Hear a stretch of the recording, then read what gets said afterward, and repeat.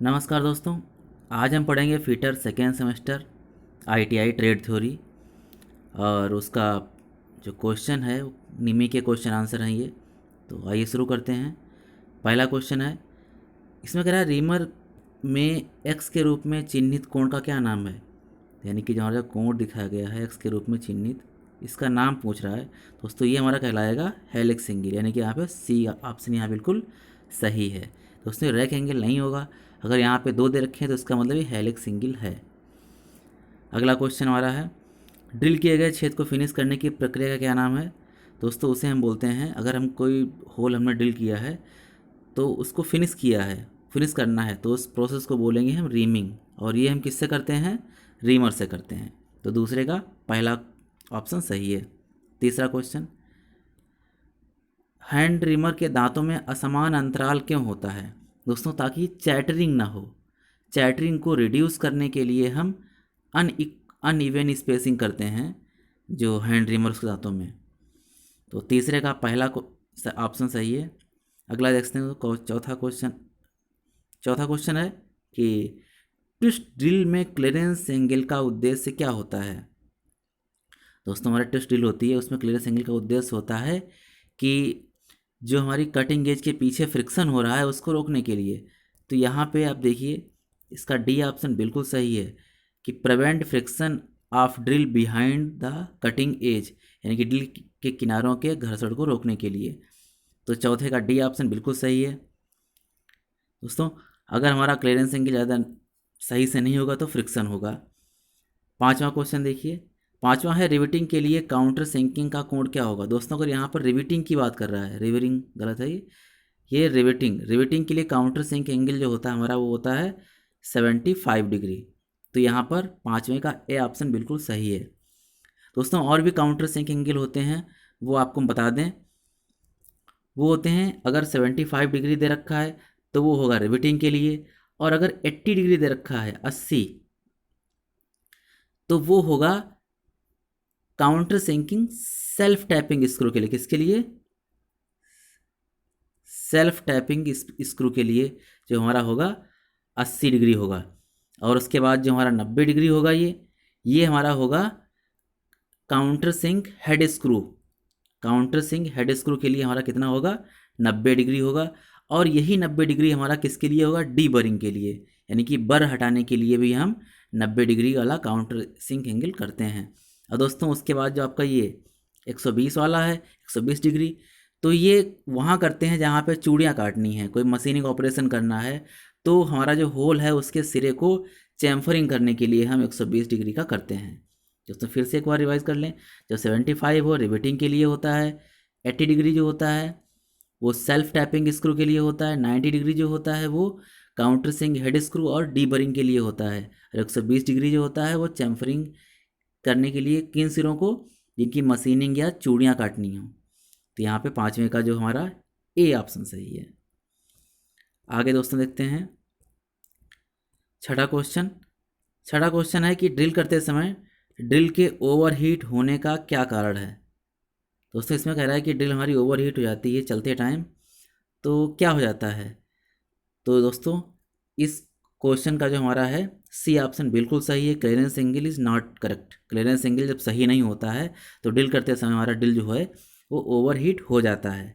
अगला क्वेश्चन देखिए, इसमें कह रहा है कि दी गई गहराई के लिए छिद्र को बड़ा करने के लिए ऑपरेशन का नाम क्या है दोस्तों। उसे हम बोलते हैं सी काउंटर बोरिंग। काउंटर बोरिंग जो होता है, एक दी गई गहराई तक हम उस होल को बड़ा करते हैं। इस तरीके से जो हमारा ऑपरेशन होता है वो काउंटर बोरिंग होता है। अगला आठवां क्वेश्चन है, इसमें कह रहा है यदि ड्रिल का क्लीयरेंस कोण अधिक है, यदि ड्रिल का क्लीयरेंस एंगल अधिक है तो क्या होगा दोस्तों। ड्रिल का क्लीयरेंस एंगल अधिक होने से क्या होगा, हमारा कटिंग एज जो है वो कमज़ोर हो जाएगी, वीक हो जाएगी। Cutting edge will become weak, यानी कटिंग एज हमारी कमज़ोर हो जाएगी अगर क्लीयरेंस एंगल अधिक होगा। तो आठवें का हमारा जो है सी ऑप्शन बिल्कुल सही है। नौवां क्वेश्चन देखिए, इसमें कह रहा है यदि ड्रिलिंग के दौरान स्पिंडल केंद्र से बाहर चल रहा हो तो क्या होगा दोस्तों।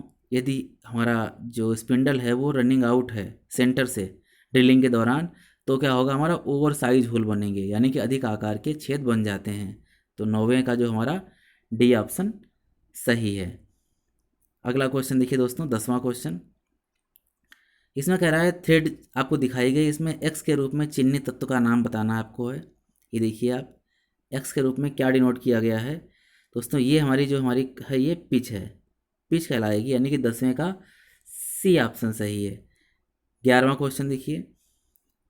11वां दोस्तों क्वेश्चन है कि ये ग्राइंडिंग व्हील है और जिसमें ये दिखाया गया है, स्पेसिफिकेशन है ये 32A46H8V, उसमें जो है ए क्या दर्शाता है दोस्तों, यहाँ पर जो ए जो है हमारा वो दर्शाएगा अपघर्षक का प्रकार, यानी कि टाइप ऑफ एब्रेसिव। तो 11 का डी ऑप्शन सही है दोस्तों। ये स्पेसिफिकेशन दे रखा है यहाँ पे, ये 32A46H8V। दोस्तों आपको बता दें, जो हमारा स्पेसिफिकेशन देते हैं ग्राइंडिंग व्हील का, वो कम से कम 7 पार्ट में होता है, 0 1 2 3 4 5 6 इतने होते हैं। तो सबसे पहले होता है आपका, हम बात करते हैं 32 की। ये जो आपका 32 दे रखा है, ये जो होता है ये मैन्युफैक्चर का एब्रेसिव के लिए सिंबल होता है। क्या होता है, मैन्युफैक्चर का एब्रेसिव के लिए सिंबल होता है, और ये ऑप्शनल होता है, अगर चाहें कंपनी वाला तो रख सकता है और ना चाहें तो नहीं रखेगा।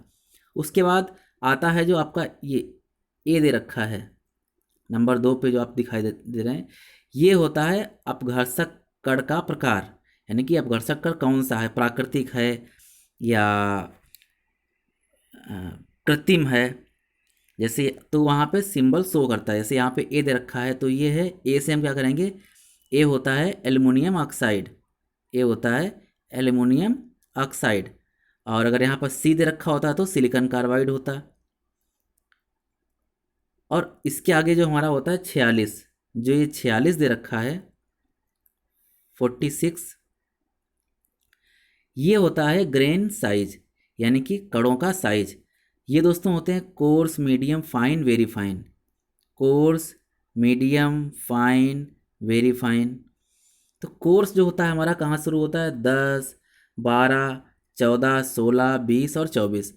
और मीडियम जो होता है हमारा शुरू होता है 30 36 46 54 और 60। और फाइन जो होता हमारा है वो 80 100 120 150 180 नंबर तक होते हैं। और जो वेरी फाइन होता है वो होता है 220 240 और इस तरीके से 400 500 और 600 तक। तो दोस्तों यहाँ पर ही हमें यहाँ तक पहुँच गए हैं। उसके बाद आता है ये एच, ये कहलाता है, ये ग्रेड यहाँ पे शो करता है।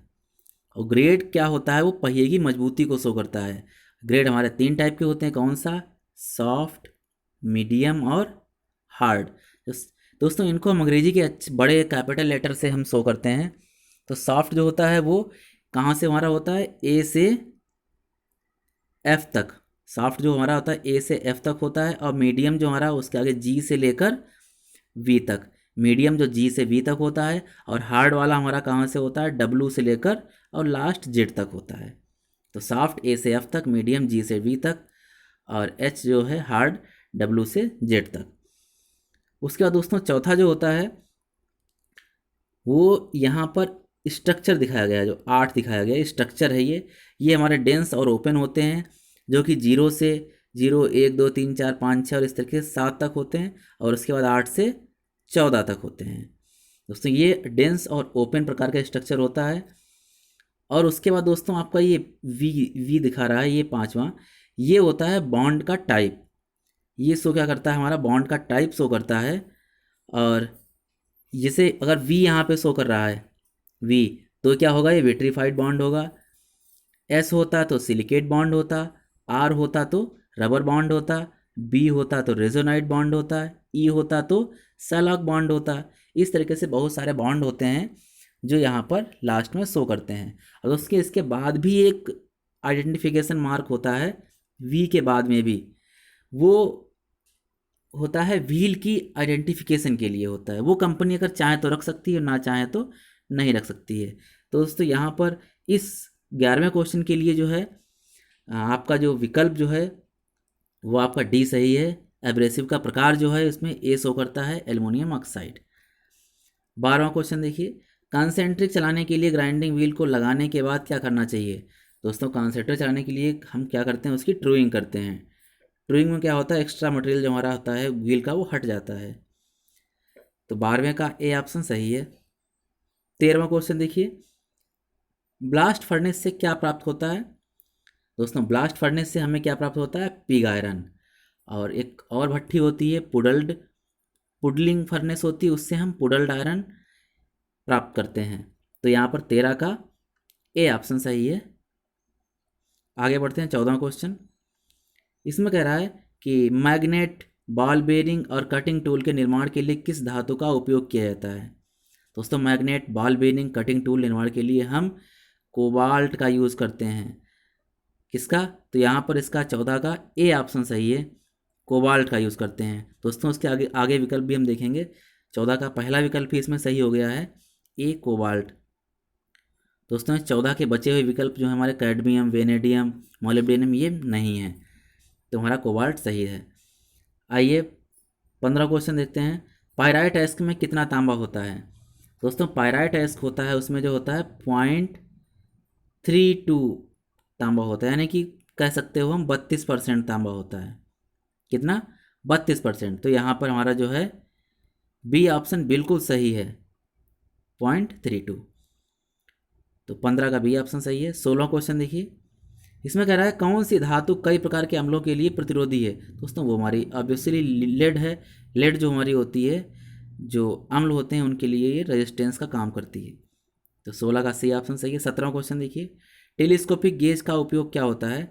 दोस्तों टेलीस्कोपिक गेज का उपयोग होता है हमारा छेद स्लॉट के आकार को मापने के लिए। दोस्तों उससे हम कोण माप नहीं सकते हैं, बाहरी माप नहीं सकते हैं, गहराई भी नहीं माप सकते हैं, यानी कि सिर्फ और छेद या स्लॉट माप सकते हैं। 17 का डी ऑप्शन सही है।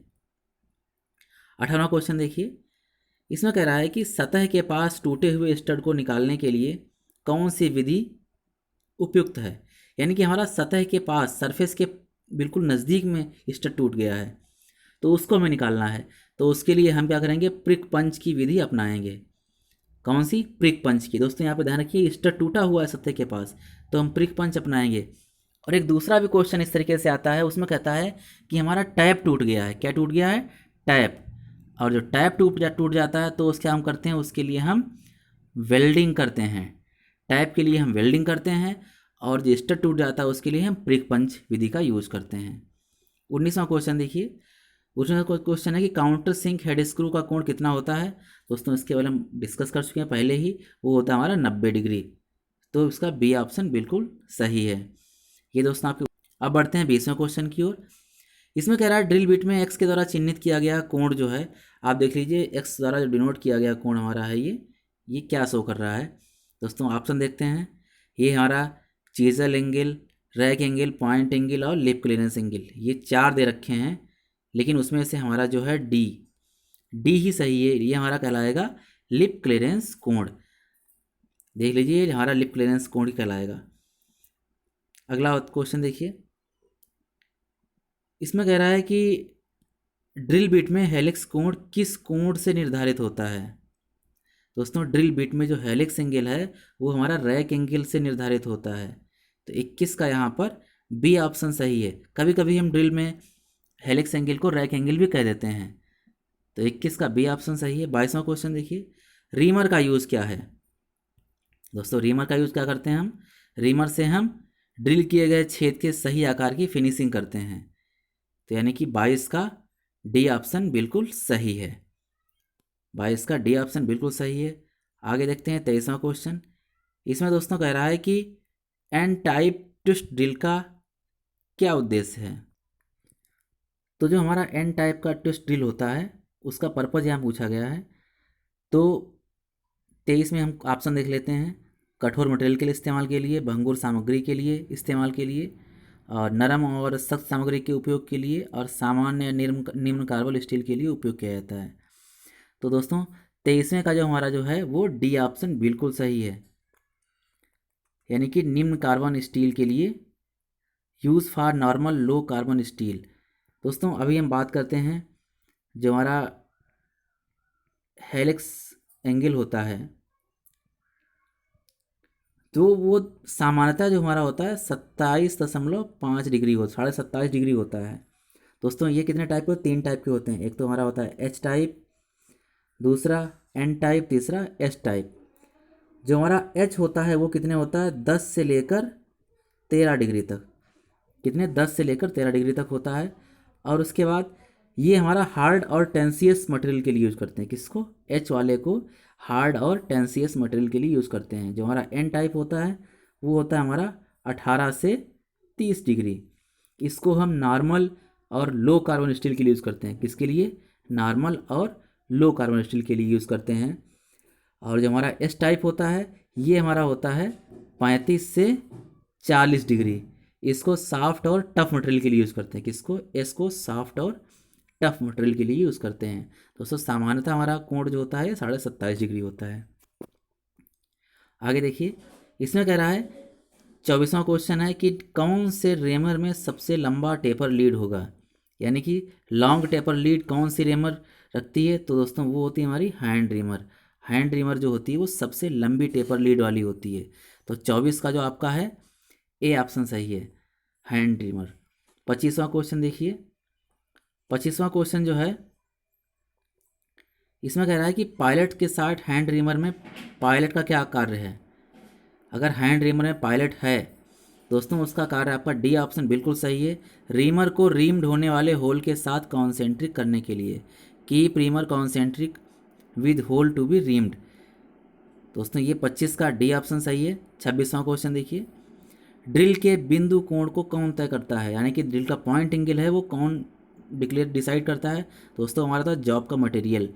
यानी कि जिस धातु की हम कटिंग करने जा रहे हैं उसके अनुसार ही हम पॉइंट एंगल रखते हैं। और सामान्यतः कितना होता है ये 118 डिग्री होता है। 27वां क्वेश्चन देखिए। Which of the drill size for reaming 10 mm hole if under size 0.2 mm and over size 0.05 mm। 10 millimetre के छेद की रीमिंग के लिए अंडर साइज मतलब ड्रिल का आकार क्या होगा? अंडर साइज इतना है और ओवर साइज इतना है। दोस्तों क्या करते हैं हम 10 में से इन दोनों को घटा देंगे। 10 में से अंडर साइज ओवर साइज को घटा देंगे। 10 में से 0.25 घटा दो तो कितना आ जाएगा हमारा? बी ऑप्शन बिल्कुल करेक्ट आ जाएगा। कितना? 9.75। दोस्तों ये तो 27 क्वेश्चन थे और सेमेस्टर 2 के। दोस्तों और भी क्वेश्चन आगे हैं, ये पार्ट 1 है। आगे दूसरा पार्ट भी आप देखिए। वीडियो देखने के लिए धन्यवाद।